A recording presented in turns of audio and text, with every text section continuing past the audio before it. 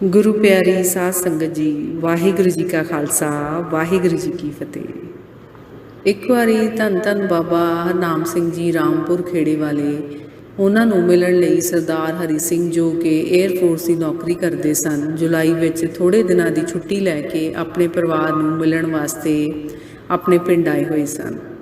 ਜਿਵੇਂ ਕਿ ਹਰ ਇੱਕ ਗੁਰਸਿੱਖ ਨੂੰ ਆਪਣੀ ਕਮਾਈ ਵਿੱਚੋਂ ਗੁਰੂ ਨਿਮਿਤ ਦਸਵੰਧ ਕੱਢਣ ਦਾ ਹੁਕਮ ਹੈ, ਆਪ ਜੀ ਪਾਸ ਵੀ ਦਸਵੰਧ ਦੀ ਕੁਝ ਮਾਇਆ ਇਕੱਤਰ ਹੋਈ ਪਈ ਸੀ। ਆਪ ਦੇ ਮਨ ਵਿੱਚ ਵਿਚਾਰ ਬਣਿਆ ਕਿ ਰਾਮਪੁਰ ਖੇੜੇ ਗੁਰੂ ਘਰ ਦੀ ਸੇਵਾ ਚੱਲ ਰਹੀ ਹੈ, ਇਹ ਗੁਰੂ ਕੀ ਮਾਇਆ ਗੁਰੂ ਘਰ ਦੀ ਉਸਾਰੀ ਵਿੱਚ ਸਫਲੀ ਕਰੀਏ। ਆਪ ਜੀ ਦੇ ਖੇਤ ਵੀ ਗੁਰਦੁਆਰਾ ਸਾਹਿਬ ਜੀ ਦੇ ਨਜ਼ਦੀਕ ਹੀ ਸਨ। ਆਪ ਜੀ ਦਸਵੰਧ ਦੀ ਮਾਇਆ ਲੈ ਕੇ ਆਪਣੇ ਖੇਤਾਂ ਵਿੱਚ ਫੇਰਾ ਮਾਰਦੇ ਹੋਏ ਗੁਰਦੁਆਰਾ ਸਾਹਿਬ ਪੁੱਜ ਗਏ ਅਤੇ ਸੇਵਾਦਾਰ ਨੂੰ ਬਾਬਾ ਜੀ ਬਾਰੇ ਪੁੱਛਿਆ ਕਿ ਬਾਬਾ ਜੀ ਕਿੱਥੇ ਹਨ, ਮੈਂ ਉਹਨਾਂ ਨੂੰ ਜ਼ਰੂਰੀ ਮਿਲਣਾ ਹੈ। ਸੇਵਾਦਾਰ ਨੇ ਉੱਤਰ ਦਿੱਤਾ ਕਿ ਬਾਬਾ ਜੀ ਤਾਂ ਜਲ ਪਾਣੀ ਛਕ ਕੇ ਹਰ ਰੋਜ਼ ਦੀ ਤਰ੍ਹਾਂ ਸਿਮਰਨ ਭਜਨ ਦੇ ਨਿਯਮ ਵਿੱਚ ਬੈਠ ਗਏ ਹਨ ਅਤੇ ਉਹਨਾਂ ਨੇ ਦੁਪਹਿਰ ਦੇ 1 ਵਜੇ ਦੇ ਕਰੀਬ ਹੀ ਬਾਹਰ ਨਿਕਲਣਾ ਹੈ। ਸਰਦਾਰ ਹਰੀ ਸਿੰਘ ਜੀ ਨੇ ਦੱਸਿਆ ਕਿ ਸੇਵਾਦਾਰ ਪਾਸੋਂ ਇਹ ਬਚਨ ਸੁਣ ਕੇ ਮੈਂ ਕਾਫੀ ਮਾਯੂਸ ਹੋਇਆ ਅਤੇ ਮਨ ਵਿੱਚ ਕਈ ਉਤਰਾਅ ਚੜ੍ਹਾਅ ਆਉਣੇ ਸ਼ੁਰੂ ਹੋ ਗਏ ਕਿ ਮੈਂ ਤਾਂ ਜਲਦੀ ਵਾਪਸ ਵੀ ਜਾਣਾ ਹੈ, ਇੰਨਾ ਸਮਾਂ ਮੈਂ ਉਡੀਕ ਵੀ ਨਹੀਂ ਸਕਦਾ ਕਿਉਂਕਿ 1-2 ਥਾਂ ਹੋਰ ਜਾਣਾ ਹੈ।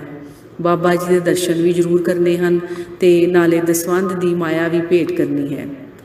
ਜੇ ਮੈਂ 1 ਵਜੇ ਤੱਕ ਬਾਬਾ ਜੀ ਨੂੰ ਉਡੀਕਾਂ ਤਾਂ 2 ਥਾਈਂ ਹੋਰ ਜਾ ਕੇ ਸ਼ਾਮ ਤੱਕ ਘਰ ਵਾਪਸ ਪੁੱਜਣਾ ਕਠਿਨ ਹੈ ਕਿਉਂਕਿ ਵਾਪਸ ਜਾਣ ਦੀ ਸਾਰੀ ਤਿਆਰੀ ਅਜੇ ਕਰਨੀ ਹੈ ਅਤੇ ਸਵੇਰੇ ਪਹਿਲੀ ਬੱਸ ਫੜਨੀ ਹੈ। ਇਹਨਾਂ ਵਿਚਾਰਾਂ ਦੀ ਉਧੇੜ-ਬੁਣ ਪਿੱਛੋਂ ਆਪ ਨੇ ਸੇਵਾਦਾਰ ਜੀ ਨੂੰ ਫਿਰ ਕਿਹਾ ਕਿ ਤੁਸੀਂ ਬਾਬਾ ਜੀ ਨੂੰ ਆਵਾਜ਼ ਮਾਰ ਕੇ ਬੂਹਾ ਖੁਲਵਾ ਦੇਵੋ।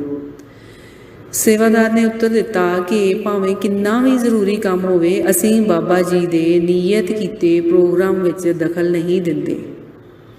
ਅਸੀਂ ਮਹਾਂਪੁਰਖਾਂ ਦੇ ਚੱਲ ਰਹੇ ਸਿਮਰਨ ਭਜਨ ਵਿੱਚ ਵਿਘਨ ਨਹੀਂ ਪਾ ਸਕਦੇ ਕਿਉਂਕਿ ਪਤਾ ਨਹੀਂ ਇਸ ਸਿਮਰਨ ਵਿੱਚ ਲੀਨ ਉਹਨਾਂ ਦੀ ਸੁਰਤ ਕਿਹੜੀ ਉੱਚੀ ਅਵਸਥਾ ਵਿੱਚ ਵਿਚਰ ਰਹੀ ਹੋਵੇ। ਅਸੀਂ ਆਪਣੀ ਗਰਜ਼ ਦੀ ਖਾਤਰ ਆਵਾਜ਼ ਮਾਰ ਕੇ ਉਹਨਾਂ ਦੀ ਸੁਰਤ ਨੂੰ ਉਖੇੜ ਕੇ ਪਾਪ ਦੇ ਭਾਗੀ ਨਹੀਂ ਬਣਨਾ ਅਤੇ ਨਾ ਹੀ ਬਾਬਾ ਜੀ ਆਪਣਾ ਨਿਯਮ ਪੂਰੇ ਕੀਤੇ ਤੋਂ ਬਿਨਾਂ ਬਾਹਰ ਆਉਂਦੇ ਹਨ।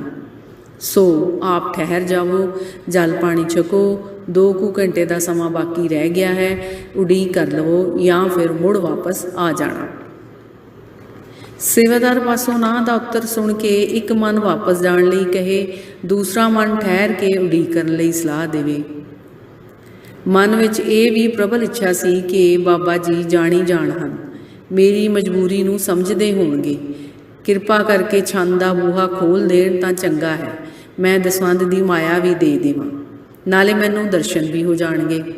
ਇਹਨਾਂ ਵਿਚਾਰਾਂ ਵਿੱਚ ਘਿਰੇ ਹੋਏ ਸਰਦਾਰ ਹਰੀ ਸਿੰਘ ਹੇਠਾਂ ਗੁਰਦੁਆਰੇ ਦੇ ਬਰਾਂਡੇ ਵਿੱਚ ਬੈਠੇ ਸਨ ਕਿ ਅਚਾਨਕ ਬਾਬਾ ਜੀ ਨੇ ਛੰਨ ਵਾਲੇ ਕਮਰੇ ਦਾ ਦਰਵਾਜ਼ਾ ਖੁੱਲ੍ਹਣ ਦੀ ਆਵਾਜ਼ ਆਈ, ਜੋ ਹਰੀ ਸਿੰਘ ਨੇ ਵੀ ਸੁਣ ਲਈ। ਬਾਬਾ ਜੀ ਕਮਰੇ 'ਚੋਂ ਬਾਹਰ ਆ ਕੇ ਹੇਠਾਂ ਉਹਨਾਂ ਵੱਲ ਵੇਖਣ ਲੱਗੇ। ਅੱਗੋਂ ਭਾਈ ਹਰੀ ਸਿੰਘ ਜੀ ਨੇ ਆਪ ਜੀ ਨੂੰ ਫਤਿਹ ਬੁਲਾਈ ਅਤੇ ਦਸਵੰਧ ਦੀ ਮਾਇਆ ਗੁਰਦੁਆਰਾ ਸਾਹਿਬ ਲਈ ਭੇਟਾ ਕੀਤੀ। ਆਪ ਜੀ ਨੇ ਉੱਥੇ ਖੜ੍ਹੇ ਹੀ ਗੁਰੂ ਚਰਨਾਂ ਦਾ ਧਿਆਨ ਕਰਕੇ ਦਸਵੰਧ ਦੀ ਮਾਇਆ ਦੀ ਅਰਦਾਸ ਕਰ ਦਿੱਤੀ ਅਤੇ ਬੜੇ ਪ੍ਰੇਮ ਨਾਲ ਸਰਦਾਰ ਹਰੀ ਸਿੰਘ ਨੂੰ ਆਪਣੀ ਛੰਨ ਦੇ ਅੰਦਰ ਲੈ ਗਏ। ਹਰੀ ਸਿੰਘ ਨੂੰ ਸੰਬੋਧਨ ਕਰਕੇ ਆਪ ਜੀ ਨੇ ਕਿਹਾ ਕਿ ਦੇਖੋ ਹਰੀ ਸਿੰਘ ਜੀ, ਅਸੀਂ ਗੁਰੂ ਮਿਹਰ ਨਾਲ ਬੜੇ ਆਨੰਦੀ ਰਸ ਵਿੱਚ ਸਿਮਰਨ ਵਿੱਚ ਲੀਨ ਸਾਂ, ਪਰ ਜਦੋਂ ਦੇ ਤੁਸੀਂ ਆਏ ਹੋ ਤੁਹਾਡੀ ਦਸਵੰਧ ਦੀ ਮਾਇਆ ਦੇਣ ਦੀ ਭਾਵਨਾ ਅਤੇ ਵਾਪਸ ਜਾਣ ਦੀ ਕਾਹਲੀ ਕਾਰਨ ਤੁਹਾਡੇ ਮਨ ਦੀਆਂ ਭਾਵਨਾਵਾਂ ਸਾਡੇ ਸਿਮਰਨ ਵਿੱਚ ਵਿਘਨਕਾਰੀ ਬਣ ਰਹੀਆਂ ਸਨ। ਯਤਨ ਕਰਨ 'ਤੇ ਵੀ ਸਾਡੀ ਸੁਰਤ ਉੱਤੇ ਤੁਹਾਡੇ ਕਾਹਲੇਪਨ ਦੇ ਭਾਵਨੀ ਦਾ ਅਸਰ ਪੈਂਦਾ ਰਿਹਾ ਹੈ, ਜਿਸ ਕਾਰਨ ਸਾਨੂੰ ਸਿਮਰਨ ਦਾ ਨਿਯਮ ਵਿੱਚੇ ਛੱਡ ਕੇ ਬੂਹਾ ਖੋਲ੍ਹਣਾ ਪਿਆ। ਉਂਝ ਜੇ ਆਪਾਂ ਵਿਚਾਰ ਕਰੀਏ ਤਾਂ ਮਾਇਆ ਗੁਰੂ ਕੇ ਦਸਵੰਧ ਦੀ ਸੀ। ਜੇ ਤੁਸੀਂ ਗੁਰੂ ਚਰਨਾਂ ਵਿੱਚ ਗੁਰੂ ਗੋਲਕ ਨੂੰ ਅਰਪਣ ਕਰ ਦਿੰਦੇ, ਸਤਿਗੁਰੂ ਜੀ ਤਾਂ ਜਾਣੀ ਜਾਣ ਹਨ, ਉਹ ਤਾਂ ਘਟ ਕੇ ਅੰਤਰ ਕੀ ਜਾਣਤ, ਅਤੇ ਸਤਿਗੁਰੂ ਜੀ ਤਾਂ ਬਿਨਾਂ ਬੋਲਿਆ ਸਭ ਕੁਝ ਜਾਣਦੇ ਹਨ। ਤੁਹਾਡੀ ਦਿੱਤੀ ਮਾਇਆ ਤਾਂ ਸਤਿਗੁਰੂ ਜੀ ਦੇ ਦਰ ਪ੍ਰਵਾਨ ਹੋ ਹੀ ਜਾਣੀ ਸੀ। ਗੋਲਕ ਦੀ ਮਾਇਆ ਵੀ ਤਾਂ ਗੁਰੂ ਕਾਰਜ ਵਿੱਚ ਹੀ ਲੱਗਣੀ ਸੀ।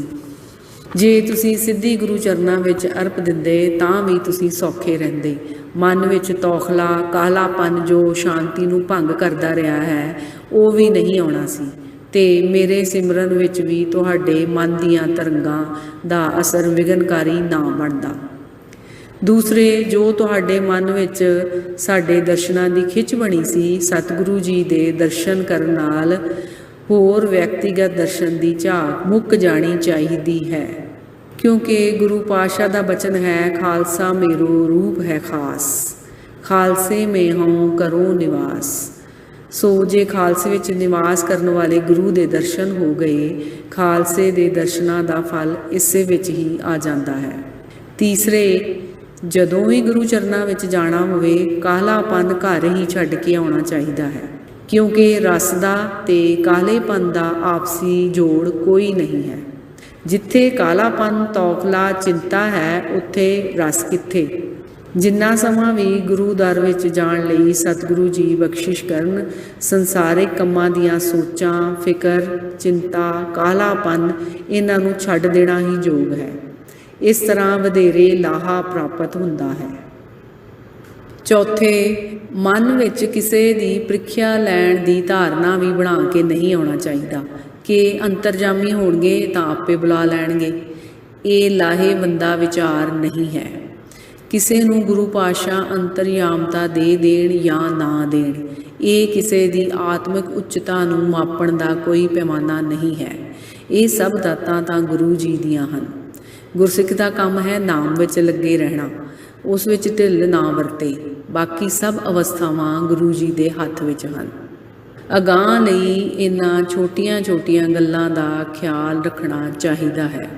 ਦੇਖਣ ਨੂੰ ਤਾਂ ਭਾਵੇਂ ਇਹ ਮਾਮੂਲੀ ਹਨ, ਪਰ ਇਹਨਾਂ ਦਾ ਅਸਰ ਬਹੁਤ ਵਧੇਰੇ ਹੁੰਦਾ ਹੈ। ਭਾਈ ਹਰੀ ਸਿੰਘ ਜੀ ਨੇ ਆਪ ਜੀ ਦੇ ਬਚਨਾਂ ਨੂੰ ਮਨ ਵਿੱਚ ਥਾਂ ਦਿੱਤੀ, ਮਨ ਵਿੱਚ ਪਛਤਾਵਾ ਕਰਕੇ ਖਿਮਾ ਮੰਗੀ।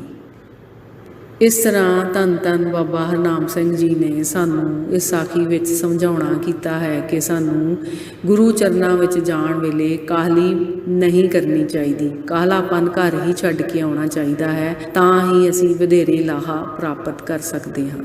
ਵਾਹਿਗੁਰੂ ਜੀ ਕਾ ਖਾਲਸਾ, ਵਾਹਿਗੁਰੂ ਜੀ ਕੀ ਫਤਿਹ।